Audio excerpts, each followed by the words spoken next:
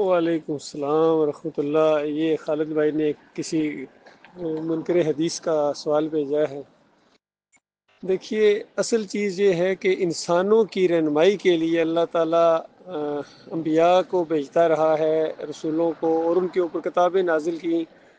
اور دوسرے انسانوں تک پہنچانے کے لیے کہ دیکھو تمہارا مالک الخالق یہ چاہتا ہے کہ اس طرح زندگی بسر کرو،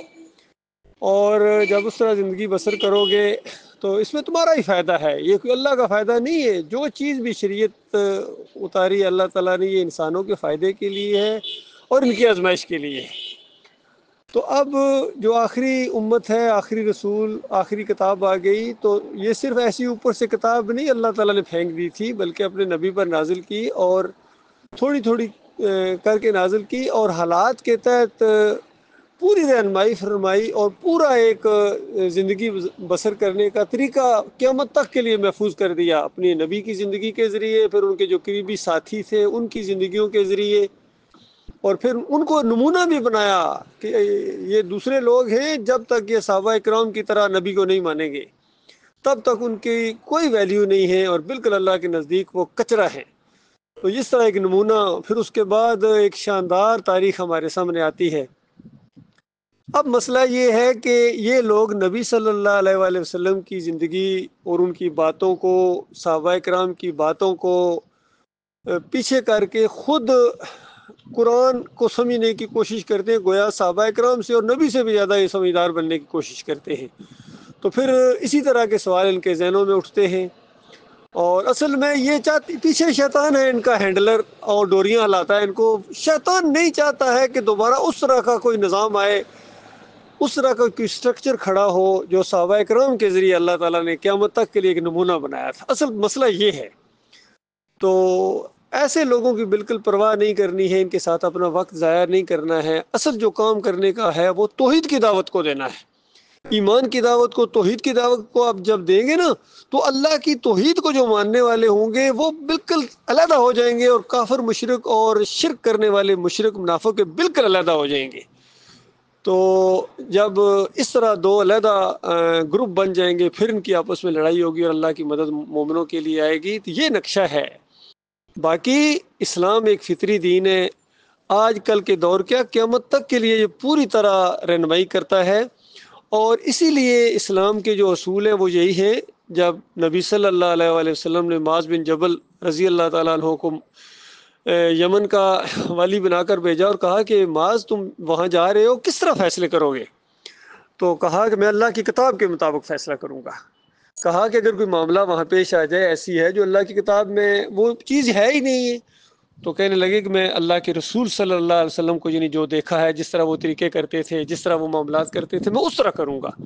تو کہا اگر کوئی واقعہ ایسا پیش آ جائے کہ وہ میرے دور میں یا میرے سامنے بھی نہیں پیش آیا، تو وہاں کوئی ایسا نیا ماحول یعنی بن جائے،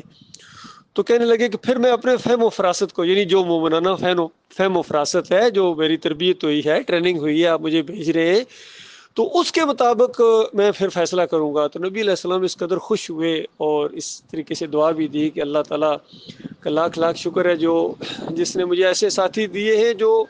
اپنے فہم و فراست کو، اپنی عقل کو بھی استعمال کریں گے، کیونکہ انسانی عقل بہت قیمتی چیز ہے، بہت قیمتی چیز ہے، اسی کے اوپر امتحان رکھا گیا ہے، عقل دی ہے۔ جو جہنم کی طرف جہنمی جا رہے ہوں گے تو کہا جائے گا کہ دماغ نہیں کام کرتا تھا،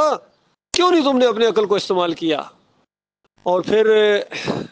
جہنمی کہیں گے ایک موقع کے اوپر کہ کاش کسی کی بات سنی ہوتی، کاش اپنی عقل کو استعمال کیا ہوتا۔ آج تو یہ اپنی عقل کو استعمال نہیں کر رہے، وہاں اس طرح ہوک اٹھے گی ان کے اندر سے۔ تو یہ اسلام کا نظام ہے، فطری نظام ہے۔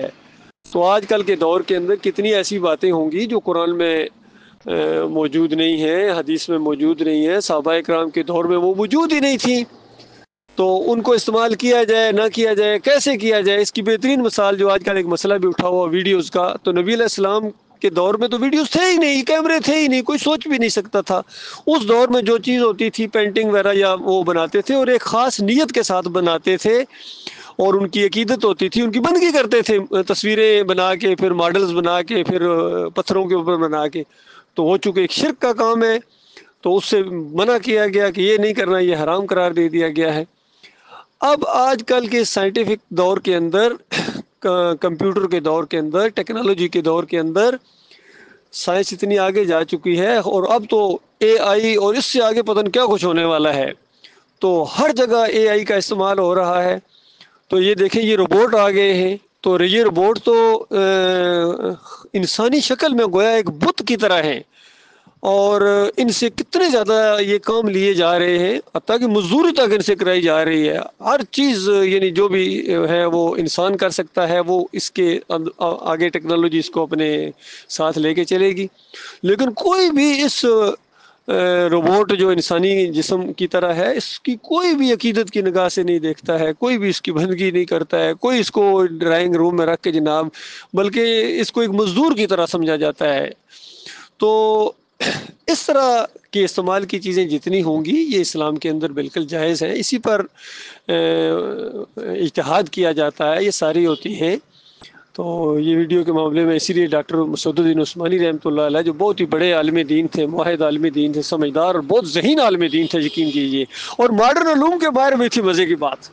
آرمی افسر بھی تھے۔ تو انہوں نے اس چیز کو بانپ لیا کہ یہ ٹیکنالوجی آگے جا رہی ہے، اور ایمان اور اسلام کے لیے اس کو کیوں نہ استعمال کیا جائے، ویڈیوز کے استعمال کو، اور یہ بالکل جائز ہے۔ اور زیادہ سے زیادہ خطرہ ہو سکتا تھا کہ یہ تصویر کے زمرے میں تو نہیں آتا، چونکہ سوال کرنے والے نے اسی انداز سے سوال کیا تھا، تو ان کا بالکل نہیں آتا ہے، اور ان کی یہی رائے ہے، ان کا یہی اتحاد ہے۔ تو یہ ہوتا ہے اصل میں کہ یہ جو ماخذ ہیں دین کے وہ قرآن ہے، پھر صحیح حدیث ہے، پھر صحابہ کرام کی جو زندگیاں ہیں ان کا اجماع ہے، اور پھر اجتہاد ہے، اور اجتہاد علماء دین کریں گے، یہ نہیں کہ ہر بندہ اٹھ کے اجتہاد کرنا شروع کر دے۔ عالم دین ماہر اور مومنانہ فراست والا جو عالم دین ہوں گے وہ اجتہاد کرتے ہیں، اور پھر قیاس ہے، یہ ساری چیزیں ہیں بھائی۔ اللہ تعالیٰ غور و فکر کرنے کی توفیق عطا فرمائے۔